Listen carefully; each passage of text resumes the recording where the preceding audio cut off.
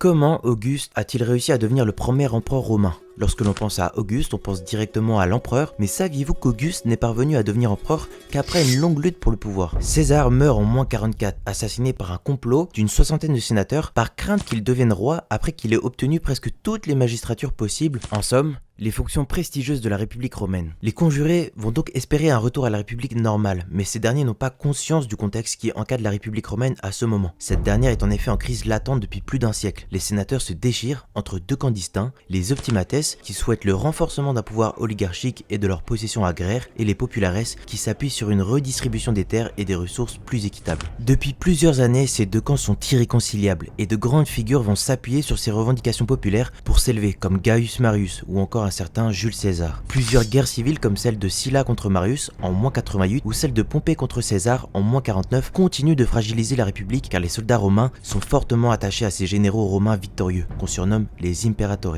Les conditions pour un retour à la normale ne sont désormais plus possibles, d'autant plus que les conditions sociales au sein même du Sénat conduiraient à des complots et à des assassinats, ce qui empêcherait la République de retrouver une stabilité. Auguste n'existe alors pas encore. La personne qui portera ce titre bien des années plus tard se nomme Octave, et il est le fils adoptif de César depuis 45 avant Jésus-Christ. César, dans son testament, l'a par ailleurs nommé comme son héritier principal. Du fait de son jeune âge et de sa santé fragile, le Sénat pense pouvoir manipuler Octave pour en faire un contre-pouvoir face à Marc-Antoine. Les deux protagonistes vont en fait décider de faire une alliance dans le but de stabiliser la République romaine avec Lépide, un aristocrate devenu grand pontife, c'est-à-dire le chef religieux de Rome. Ce que l'on appelle alors le second triumvirat a plusieurs fonctions. Premièrement, éliminer les anciens conjurés Brutus et Cassius, ce qui est chose faite par Marc-Antoine à la bataille de Philippe en -42. Ensuite, le triumvirat cherche à éliminer Sextus Pompée, le fils de Pompée, ancien ennemi de César. Ce dernier s'établit en Sicile et menace les convois de ravitaillement romains. La paix est d'abord signée en -39 à Misène, mais les tensions vont aboutir de nouveau à un conflit, et Sextus Pompée sera finalement vaincu à Noloque en -36 puis tué l'année suivante. En -36 également, Lépide est écarté du triumvirat, et une bipartition du territoire romain a lieu entre Octave et Marc-Antoine. Néanmoins, Marc-Antoine va faire une erreur capitale, que Octave va savoir exploiter.